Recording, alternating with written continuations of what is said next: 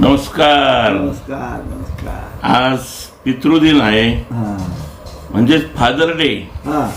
आणि फादर डेच्या आपणा सर्वांना खूप खूप शुभेच्छा. आज माझ्याबरोबर माझे वडील आहे, 86 वर्षीय किसनराव भिकाजी धात्रक, राहणार करंजगाव आणि इरिगेशन डिपार्टमेंटमधून रिटायर झालेले आहेत. 27 वर्ष झाले. तर काय म्हणता दादा, कसे गेले 86 वर्ष? इकडे समोर बघा, समोर. पहिले ना थोडे दिवस जरा वाईटच गेले. कारण मी ज्यावेळेस 12वीला 11वीला होतो तेव्हा माझ्या कहा नापावतो म्हणून त्याने अवघडच लग्न केलं. 7 दिवस असताना परीक्षा असताना अवघडच लग्न केलं. तरी मी 22 पोरामध्ये एकटाच पास झालो. 10वीला? हो, 11वीला. 11वीला. कसं परिस्थिती कशी होती तुमची त्यावेळेस? गरिबी. गाव कोणतं तुमचं? करंजगाव होतं. मी शिकायला नंतर 11वीला चाळेगावला गेलो. तिथे आता मला बोर्डिंग होते. त्या बोर्डिंगमध्ये 7 किलो धान्य आणि 5 रुपये द्यायला सुरू होतं. तर मी लोकांना. दादा, तुमच्या आईचं नाव काय होतं, वडिलांचं नाव काय होतं? आई वडिलांविषयी काय सांगाल तुम्ही? आमची वडील आहेत ना, खूप अगदी पैलवान होते. आणि आमची आई एकदम गरीब आणि इतकी मनमिळव होती की गरीबाचं जर काही असेल ना तर ती आपल्या टोळीमध्ये, कुणी गंपरमध्ये टोळीमध्ये आंबे वगैरे घेऊन भाकरी घेऊन त्या लोकांना द्यायची. अशी आमची आई होती. धनाई नाव होतं बरं का आमच्या आजीचं. मला देखील आठवतं. मला वाटतं 7वी 8वी 9वी पर्यंत चांगली आजी आठवते मला. आजी चांगल्या कडक होत्या. आणि दादा, करंजगावला तुमच्याकडे आंबराई होती. साखऱ्या आंबा, कोयरी आंबा, आमट्या लोणच्याला चालायचा, अशी आंबराई होती धात्रक कंपनीची. आणि आजी आमच्याकडे उन्हाळ्याच्या सुट्टीमध्ये येत असायची. तर नाही त्यावेळेस ती गोड गोड आंबे घेऊन यायची, साखऱ्या वगैरे खूप गोड लागायच्या. कोयरी म्हणजे छोटासा आंबा होता, खूप मस्त होता. तर दादा, तुमचं शिक्षण कसं झालं? माझं शिक्षण गरिबीमध्येच झालं. परंतु मी जे माझे पोरं होते मोठे लोकांचे, त्यांची पुस्तकं आहे ना, ते झोपल्यावर त्यांची पुस्तकं घ्यायचो. आणि मग ते पहाटे उठले का 5 वाजता मी झोपायचो आणि ते वाचायचे. अशा प्रकारे मी 11वीमध्ये पास झालो. 11वीत पास झाले? तुम्ही गावात एकटेच पास झाले होते म्हणे? हा, एकटाच पास झालो ना. तर आमच्या गावचा सरपंच होता, त्याचा मुलगा मी होता 11वीला. त्याने त्याच्या पोराचा नंबर न्यायचा, तो माझाच नंबर नेला. आणि माझ्या वाटते पेढे सगळ्या लोकांना वाटले की बाबा माझा पास झाला. आणि तो मुलगा पास झाला होता का नाही त्यांचा? नाही, नापास झाला होता. आणि नेमकं त्याच दिवशी काय पंडित जवाहरलाल नेहरू वारले होते. आणि या लोकांनी मला घरात कोंडून ठेवलं होतं, आपल्या घरच्या माणसांनी. त्यांना सांगितलं होतं मी जर नापास झालो तर आत्महत्या केल्याशिवाय राहणार नाही. आणि मग त्या लोकांनी काय केलं म्हणे, आता पंडित जवाहरलाल मेले म्हणून मला त्यांनी त्या ठिकाणी सोडून गेलं. किती चालू होती त्यांची पंडित जवाहरलाल होते, प्रेस यात्रा चालू होती. त्यावेळेस कुठे टीव्ही वगैरे होते, रेडिओवर ऐकत होते का? गावामध्ये फक्त देवराम स्वयंपाकच होता. असं. बरं, चालेल. कोणी नाव नका घेऊ शक्यतो, बरं, काही हरकत नाही. तर अशा प्रकारे गावामध्ये प्रतिष्ठित लोकांकडे टीव्ही वगैरे या गोष्टी असायच्या, रेडिओ वगैरे सुद्धा. आणि पहिलं खेडेगावातलं जीवन म्हणजे खूप छान होतं. खूप छान. पैसा हा अजिबात दिसत नव्हता.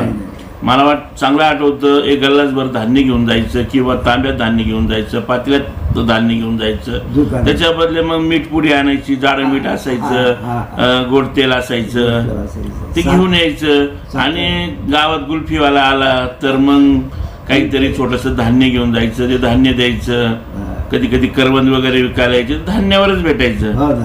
हो, नाहीतर मग काहीतरी कुठेतरी असं फिरायचं वगैरे आणि त्या भंगार वगैरे ते द्यायचं, त्याच्यावर त्या वस्तू खरेदी करायच्या. मला चांगलं आठवतं. तर मी काय सांगतो दादा, आपण आता जरा थोडंसं, तुमची कानपूर लाईन गेलेली आहे पण दादांची कानपूर लाईन गेलेली आहे, पण तरी आज मशीन लावलंय त्यामुळे चांगल्यापैकी ऐकू येते दादांना. अतिशय कडक स्वभावाचे दादा. हो, सुरुवातीच्या काळात दादा तुम्ही बरेच व्यसन वगैरे केलं, बरीच दादागिरी केली. आम्हा तिघा भावांना भरपूर दमदाटी वगैरे केली. आम्ही घाबरायचो, तुम्ही दारू पिऊन आले का कुठे कोपरे धरायचो, पुस्तक धरायचो. कुठे कुठे दिवस गेले तुमचे? जास्त माझे दिवस म्हणजे यालाच गेले, मुळानगरला. मुळा डॅम. मग कुठे कुठे फिरले? मुळा डॅम, वाई, सातारा, धुमधरण, हरणबारी, अशी जळगाव, खडकदेवळा, हातनूर डॅम, वाघूर डॅम, सगळं पुरा महाराष्ट्र फिरलो मी. बऱ्याचशा ठिकाणी असं बाहेरगावी सुद्धा पोरांचं शिक्षण केलं. आज माझे सगळं पोरं, नातू वगैरे सगळं इंजिनियर वगैरे सगळं देवाने खूप छान केलं.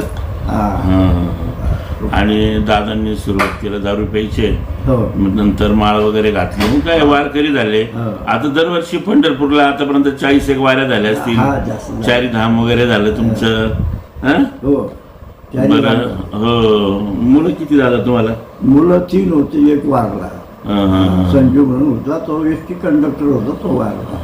मग त्याचे मुलं वगैरे आता आहेत व्यवस्थित? त्यांची मुलं एक एसटी मध्ये लागला आहे, एक कंपनीचे. चांगलं आहे दोघं. आमच्या वडिलांना 3 मुलं लागतात.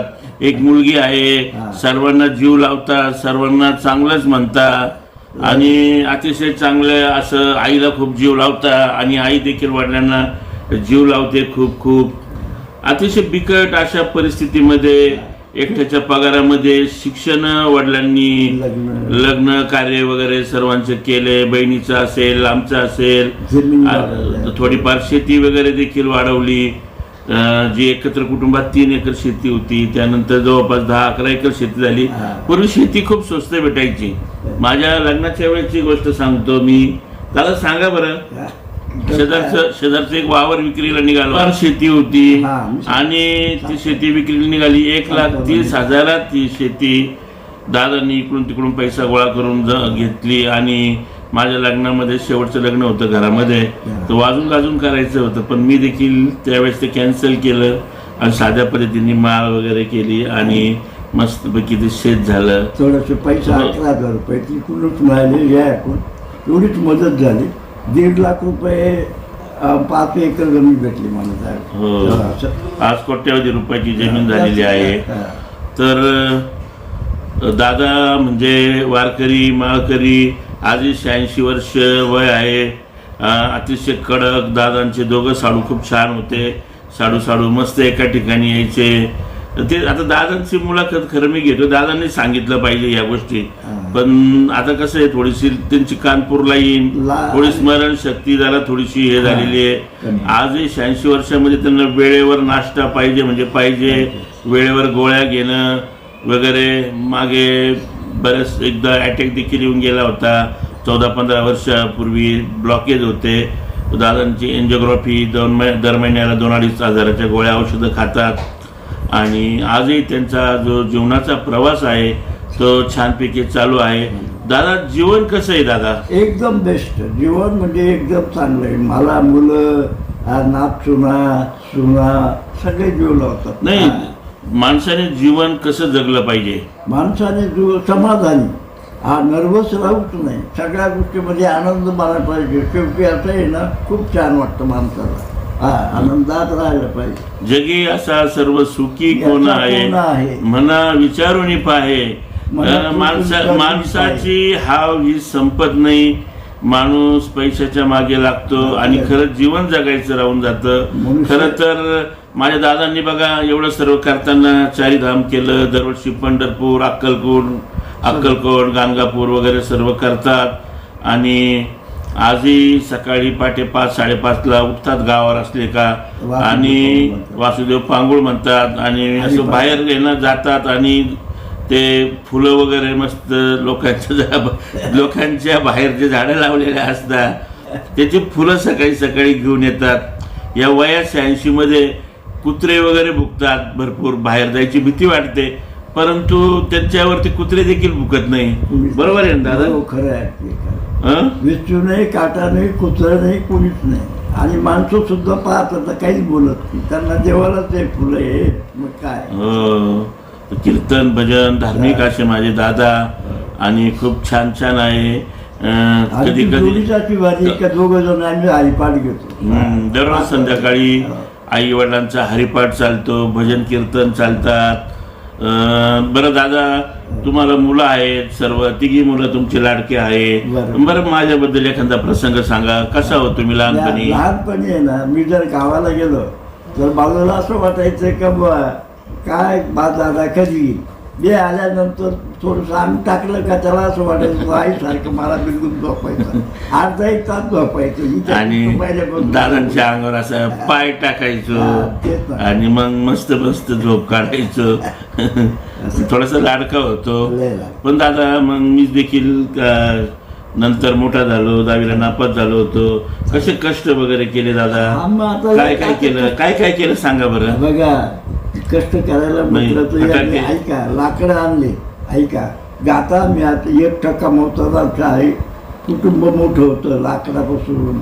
मग काय केलं त्याने, हॉटेल टाकली. हॉटेलवर भजी वगैरे विकायचा, तुमचं आलं फटाकडा विकायचा. सगळं त्याने भरपूर कामं केले. आणि आमची एकच मुलगी होती, पण तिला एवढ्या लोकांचं मुलांचं खाणं पिणं करून पैसा द्यायचा कमी राहायचा. मुलीच्या लग्नाच्या आम्हाला त्यांनी बरेच मदत केली.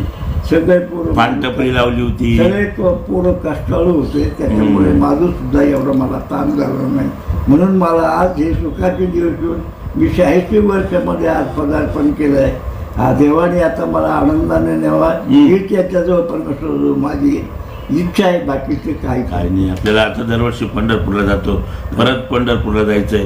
जाता पंढरीसी सुख वाटे जीवा. दादांनी पायी पायी दिंडी देखील आई बरोबर मस्त वारी देखील केलेली आहे पायी. अतिशय छान असे स्वभावाचे माझे दादा. पण कधी कधी त्यांना खूप राग येतो बरं का, आणि खूपच राग जवळ आहे, परंतु चांगला आहे. आणि छान छान असे आज दादांना आज फादर डेच्या खूप खूप शुभेच्छा. खूप दादांनी सर्वांना आशीर्वाद दिलेत. आणि नातू वगैरे सर्वांना दादा जीव लावतात. अतिशय छान. आज आईजवळ नाही आहे. काय झालं, एक 5 दिवसापूर्वी माझी मामी चालता बोलता वारलेली आहे. आता खूप छानपैकी 25 तारखेला मी वाढदिवस साजरा करत असतो माझा, परंतु यावर्षी करणार नाही. कारण की अतिशय छान लाडक्या मामी होत्या माझ्या. मामा बी, एक लहान मामा वारले, मोठे मामा वारले. तर असे काही वाईट जे अशा ह्या घटना घडल्या त्याच्यामुळे थोडीशी नाराजी आहे. पण अशा याच्यात मी आज माझ्या वडिलांची छोटीशी मुलाखत घेण्याचा प्रयत्न केला. थोडंसं दादांना आता जुनं काही आठवत नाही. त्यांची 1ली, 2री, 5वी, 6वी कशी गेली, थोडं त्यांचा हात निघतो आज सांध्यातून. लहानपणी कुस्त्या वगैरे खेळायचे. आणि दादा आम्हाला सांगायचे लहानपणी की मी शेतात काम करून, तसंच ते वरकणी म्हणायचे काहीतरी, खड्डे 10 बाय 10चे खड्डे खणून, आणि मग मी शाळेत जायचो. तर असे कष्टामध्ये खूप खूप असे शिक्षण त्यांनी केलेले आहे. आणि कष्टाशिवाय पर्यायच नसतो. अगोदर खूप वनवास होतला, तेव्हा आता सुखाचे दिवस आले. वनवास राहतो, नंतर सुख येतं माणसाला. तर अशा प्रकारे 10वीच्या वेळेस रिझल्ट लागण्याच्या अगोदरच दादांचं लवकर लग्न झालं. आणि नंतर आई दादांनी नंतर शेती करता करता 10वी नंतर गिरणा डॅमला गेले. आणि त्या गिरणा डॅमवर आईने डोक्यावर दगड वाहिले. आणि दादांनी सुद्धा 1-1.5 रुपये रोजाने त्या गिरणा डॅमला काम केलं. नंतर मुळा डॅमला गेले, धूम धरणावर गेले. असे विविध ठिकाणी काम कष्ट करत करत मग आज दादा स्विचच्या निवृत्ती घेतली दादांनी 1 वर्ष अगोदर, जळगावला असताना महाबळला होते इरिगेशनला. तर असे माझे दादा छान छान, लय भारी. हो, असा हा छोटीशी मुलाखत आहे. काही चुकलं असेल तर माफ करावं. कसं आहे, साधं बोळं आहे दादा, कधी कधी नाव घेणार, काहीतरी बोलणार. पण चला, छानपैकी अशी ही छोटीशी फादर डेची छानशी मुलाखत झालेली आहे.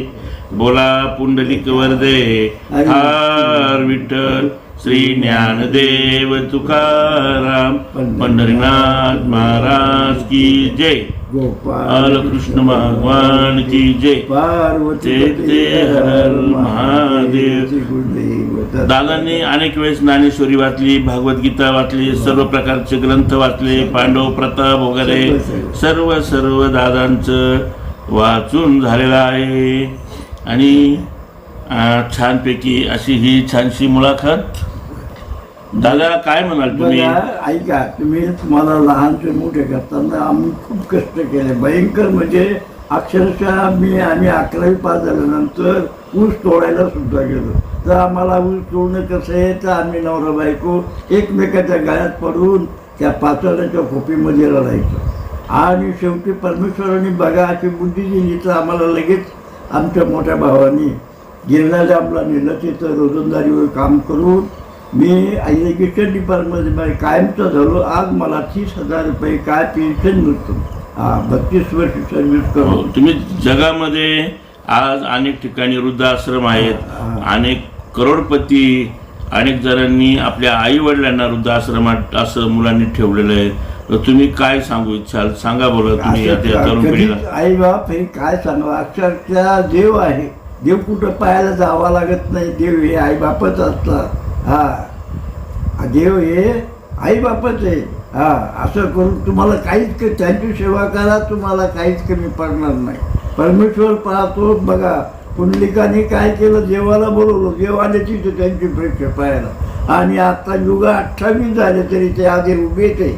देवाला काय पुंडलिक महाराजांनी काय म्हटले, खाली बसू नका म्हणून म्हटलंय. बघा अशा प्रकारे काय तुम्ही आईबापाचे जिवंत ते जीवत आहे, त्यांची पूजा करा. त्याला वृद्धाश्रमामध्ये पाठवू नका. त्यांना सांभाळा बाबा. त्याच्यामुळे तुम्ही सगळं जग पाहताय. आज तुम्ही याच्यात आहे बा.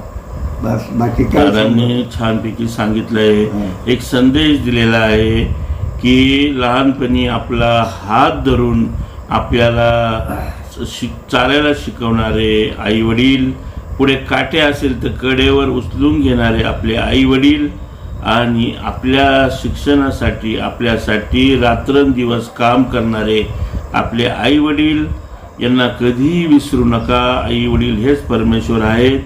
नका जाऊ तीर्थयात्रेला. आई वडिलांची सेवा करा, त्यातच तुम्हाला देव भेटेल. आणि म्हातारपणी ज्यावेळेस आईवडिलांचं वय होतं त्यावेळेस अनेक जण आईवडिलांना, म्हणजे वय झालं का माणूस काही कामाचं राहत नाही, त्यामुळे काही जण आईवडिलांना वेळोवेळी बोलताना वेगळं बोलणं वगैरे हे, त्याच्यामुळे आईवडिलांचं मन दुखतं.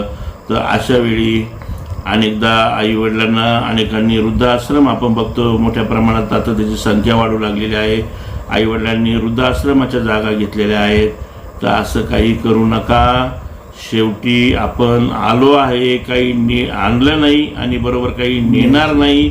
त्यामुळं आपल्या कुटुंबाला वेळ द्या, आईवडिलांना वेळ द्या, मुलांना वेळ द्या. सासरवाडीचं पारडं सारखं ठेवा, तिकडेही जा आणि आईवडिलांनाही जीव लावा आणि आनंदी जगा. कोण दिवस येईल कैसा, नाही देहाचा भरोसा. हा व्हिडिओ या ठिकाणी